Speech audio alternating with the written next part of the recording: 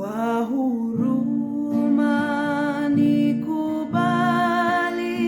Yesu, hivi nilivyo. Shalom, shalom wana wa Mungu, shalom wa Tanzania, shalom ndugu zangu wa Kenya, Uganda, Mozambiki na wale wote wanaonitazama kupitia chaneli yangu ya Moyo wa Huruma. Ninawasalimu kwa jina la Bwana Mungu wetu aliyeziumba mbingu na nchi na ardhi. Tumekuwa na mkutano hapa wa siku 8 kama nilivyoeleza. Ndugu zangu kina Rose mlionisapoti kwa fedha, kwa maombi, nikawaahidi kuwaletea kila sehemu ya vipande vya mkutano huu.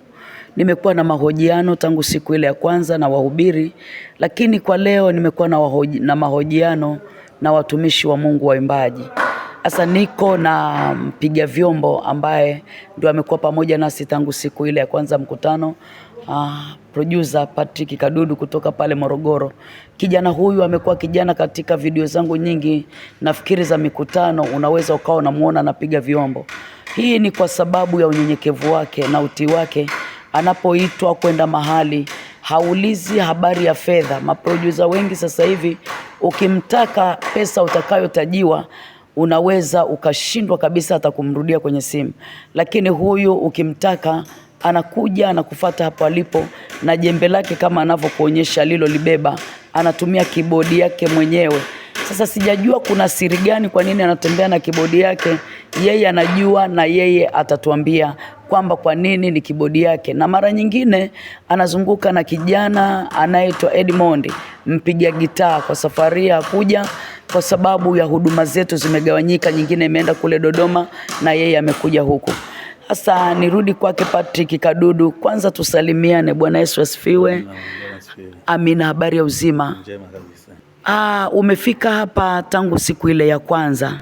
Nimekuona uko na kibodi yako tangu tulivyojuana, uko na kibodi. Ni kwa nini unazunguka na kibodi yako? Mimi napenda kuzunguka na kibodi yangu kwamba nikuwa na uhakika na kile ambacho nakifanya. Kwa sababu hujui uko endako utakutana na kibodi ya aina gani. Kwa hiyo napendaga kubeba kibodi yangu, mic yangu, stand yangu ya kinanda au stand yangu ya mic. Hata nikivikuta vya huko, na maana za kwangu huwa naziamini zaidi. Kwa hiyo hata kama kuna mapungufu yoyote, basi huwa nayaziba. Muda mwingine natembeaga tu na mic za kutosha tu nyingi kwa ajili ya kusupport mkutano. Kwa hiyo na kibodi yangu huwa naiamini zaidi kwa sababu nimeizoea kwa muda mrefu. Anasema sababu za kutembea na kibodi yake anaiamini, kuziba mapungufu, kuziba mapengo ya mkutano. Hii ni mpya jamani, kwamba tumezoea kuona waimbaji wakitoka wanakuja mikono mitupu, wanachodai tu ni wawekewe flash, lakini huyu anatembea na jembe lake. Ndio maana nikaita jembe, kwamba hata kama anaitwa na mchungaji ambaye ni viwango vya chini, hana kibodi, yeye anakuja na kibodi yake, na popote pale unapomuita, tangu nimemfahamu amekuwa akitembea na kibodi yake.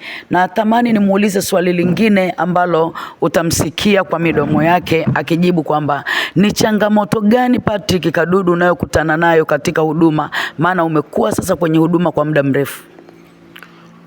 Changamoto zaidi ambazo tunakutana nazo ni pale labda unapokutana na waimbaji ambao hujawahi kufanya nao huduma.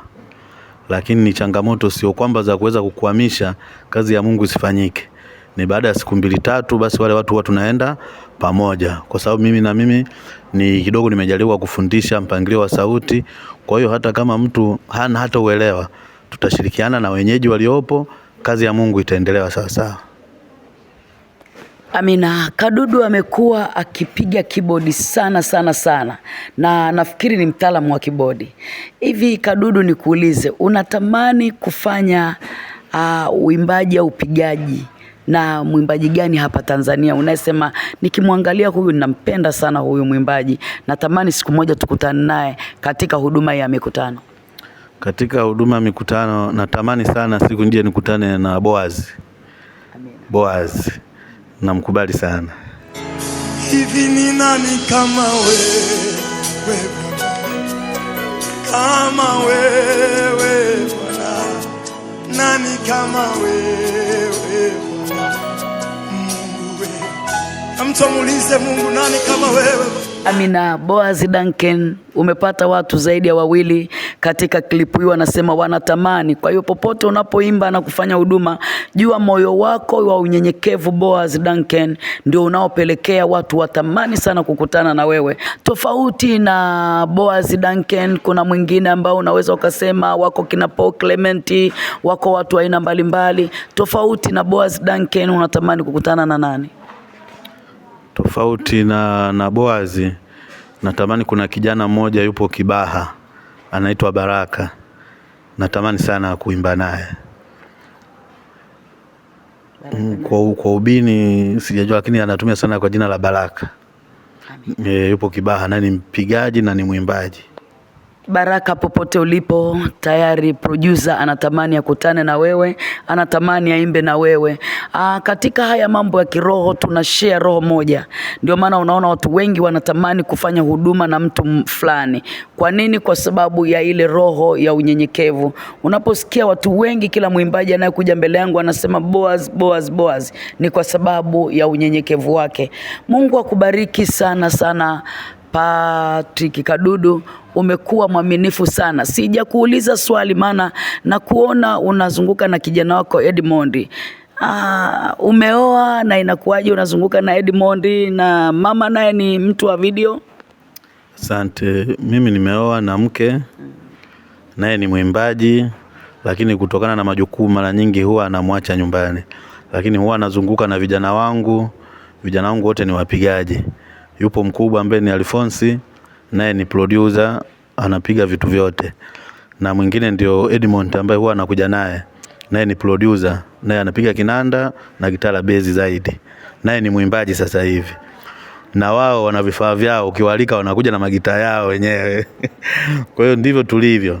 Na tuna bendi yetu kama ya familia, tuna studio, tuna muziki full pamoja na drums.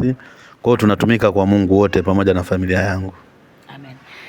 Patrick Kadudu, kuna kipindi nilipita kwenye ukurasa wako wa Facebook, nikaona umeweka vyombo, unauza vyombo, nikaona unatengeneza speaker, unafanya mbali na huduma hii ya uimbaji, una kazi gani nyingine unajishughulisha nayo?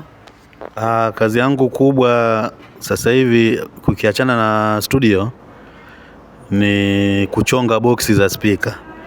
Kwa hiyo natengeneza boxi za speaker nauza. Ndio kazi yangu ambayo nimejiajiri mwenyewe. Mungu amenipa kipawa.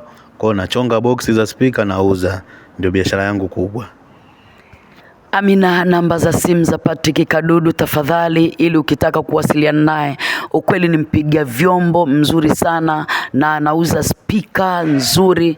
Anapatikana pale Morogoro Turiani. Kwa hiyo ukitaka kumuona, watu wa Morogoro Turiani, mchungaji, kuna mchungaji wetu yuko pale, wachungaji mbalimbali, msivunjike moyo. Ukiwa unahitaji speaker zilizochongwa au iliyoharibika kutengenezwa kuchongewa box lingine, unaweza kutumia namba hizi atakazozitaja Patrick Kadudu kumpata. Ni kijana mnyenyekevu, hana makuu. Karibu. Asante. Namba yangu ya simu kwa upande wa Tigo ni 0718 60 21 54. 0718 60 21 54. Utanipata kwa namba hiyo. Mara nyingi ndio naitumia. Mtu akitaka kunisapoti inatoka kwa jina la Patrick Samson Kadudu. Amen. Amina. Patrick Samson Kadudu, mtu akitaka kumsapoti. Nikutakie kazi njema na maandalizi mema ya mkutano. Mungu wa mbinguni akubariki, akutunze, akupe maisha marefu. Amen.